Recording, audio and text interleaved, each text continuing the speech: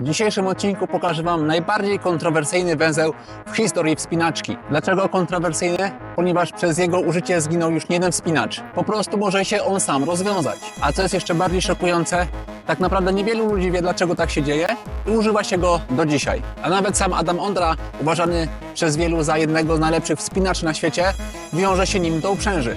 Ja nazywam się Bartek Wnęk, jestem instruktorem wspinaczki i zaraz opowiem Wam, dlaczego ten węzeł może sam się rozwiązać i jak temu zaradzić.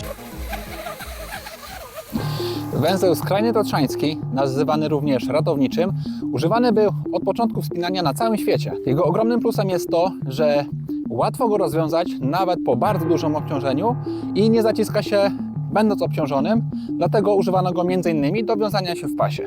Przez dziesięciolecia węzeł skrajny tatrzański służył wspinaczom do wiązania się liną. Uważany on był również za bardzo bezpieczny i pewny węzeł. Wszystko jednak zaczęło się zmieniać na początku lat 70., a mianowicie w 1965 roku doszło do wypadku śmiertelnego z udziałem ratowników górskich. A przyczyną tego wypadku było rozwiązanie się właśnie tego węzła i ratownicy spadli na dół.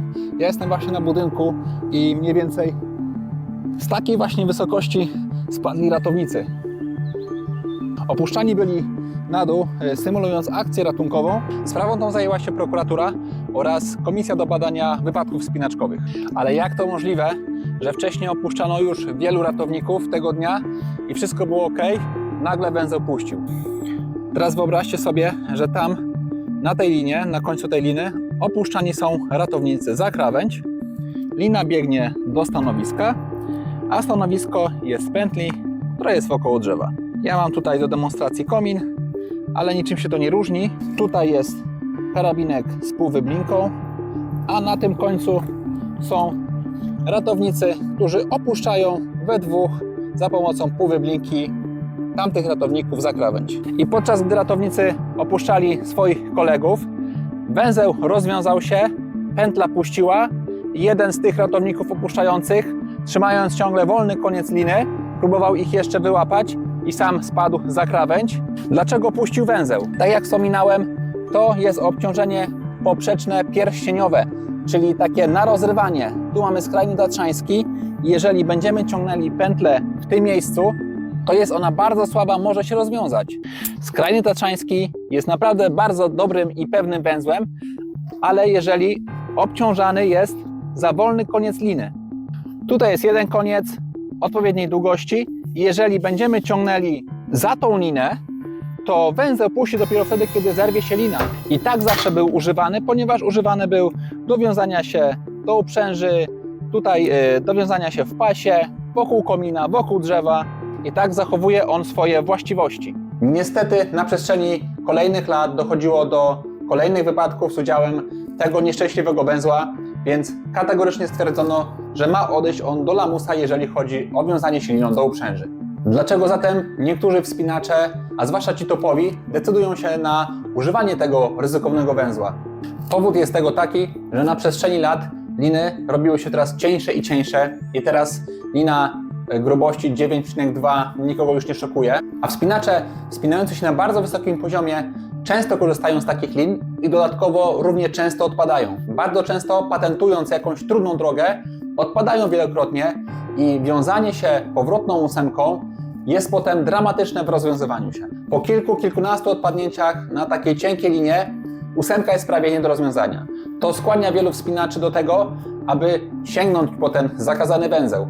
Ja osobiście na moim kursie wspinaczkowym kilkanaście lat już temu byłem bardzo przestrzegany przed używaniem tego węzła i był on wręcz wyklęty w środowisku wspinaczkowym.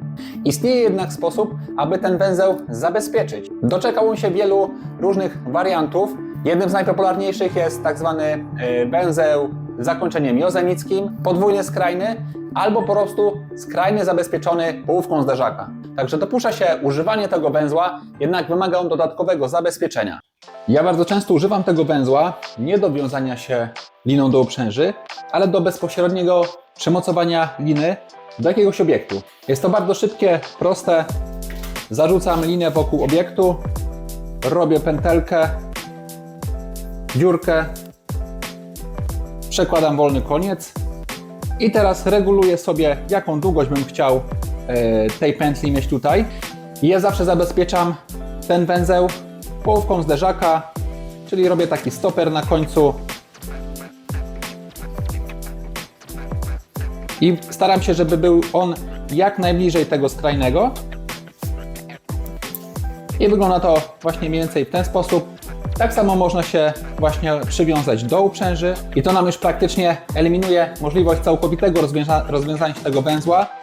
Chociaż jeżeli będzie on pracował, może sobie tutaj przeskoczyć na przykład na drugą stronę, ale ten układ, zobaczcie, jest zamknięty i nie ma tu możliwości, żeby całkowicie się ten węzeł rozwiązał. On może zmienić trochę swoją postać w najgorszym przypadku i tak to wygląda, jeżeli chodzi o wiązanie silinu do uprzęży. Jest tutaj połówka zderzaka, zabezpieczony koniec, więc już nie ma szans na całkowite rozwiązanie się węzła. Natomiast zobaczcie, jak skomplikowanie ten węzeł wygląda. Nie jest tak łatwy w ocenie jak podwójna ósemka. I czy Wy sami na pierwszy rzut oka bylibyście w stanie ocenić, czy ten węzeł jest zawiązany poprawnie, czy jest dobrze zabezpieczony, już nie wspominając o tych innych wariantach, na przykład skrajny z zabezpieczeniem jozemickim. Z drugiej strony prawidłowo zawiązany węzeł, zabezpieczony, daje nam gwarancję tego, że ile byśmy tutaj nie obciążali i nie latali, to można go spokojnie odciążyć nawet przy 10 kN obciążenia. To jest coś, co jest niemożliwe, jeżeli chodzi o podwójną ósemkę czy powrotną, bo to jedynie sposób wiązania tego węzła ma tutaj znaczenie, jeżeli chodzi o nazewnictwo.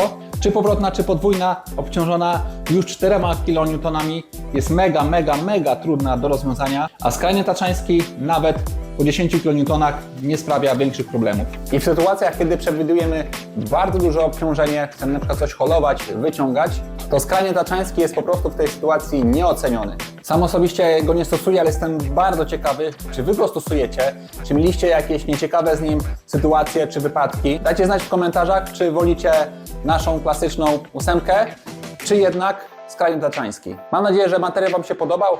Jeżeli tak, zostawcie łapkę w górę. W galerii na kanale znajdziecie dużo więcej tego typu filmów, więc jeżeli interesuje Was temat wspinania gór, outdooru, to zachęcam zasubskrybować i kliknąć dzwoneczek. A sezon wspinaczkowy już za pasem. Od maja do listopada będę prowadził kursy w Sokolikach pod szyldem Mountain Climbing School. Na dole w opisie filmu zamieszczę link. W Mountain Climbing School znajdziecie również oprócz kursów wycieczki bardzo ciekawe z przewodnikami, wiefaraty, tego typu rzeczy, więc zachęcam zobaczyć ich ofertę. A w opisie również znajdziecie link do wideobooka, którego stworzyłem dla moich kursantów. Dostają go oni po kursie za darmo, ale jeżeli Wy nie byliście moimi kursantami, to nic straconego, dalej możecie nabyć do niego dostęp. Znajduje się tam materiał z zakresu 4-dniowego kursu wspinaczki skalnej od podstaw, drogi jednowyciągowe, sportowe, czyli obite, ponad 20 filmów, co daje łącznie ponad 5 godzin materiałów, a tych materiałów ciągle przybywa.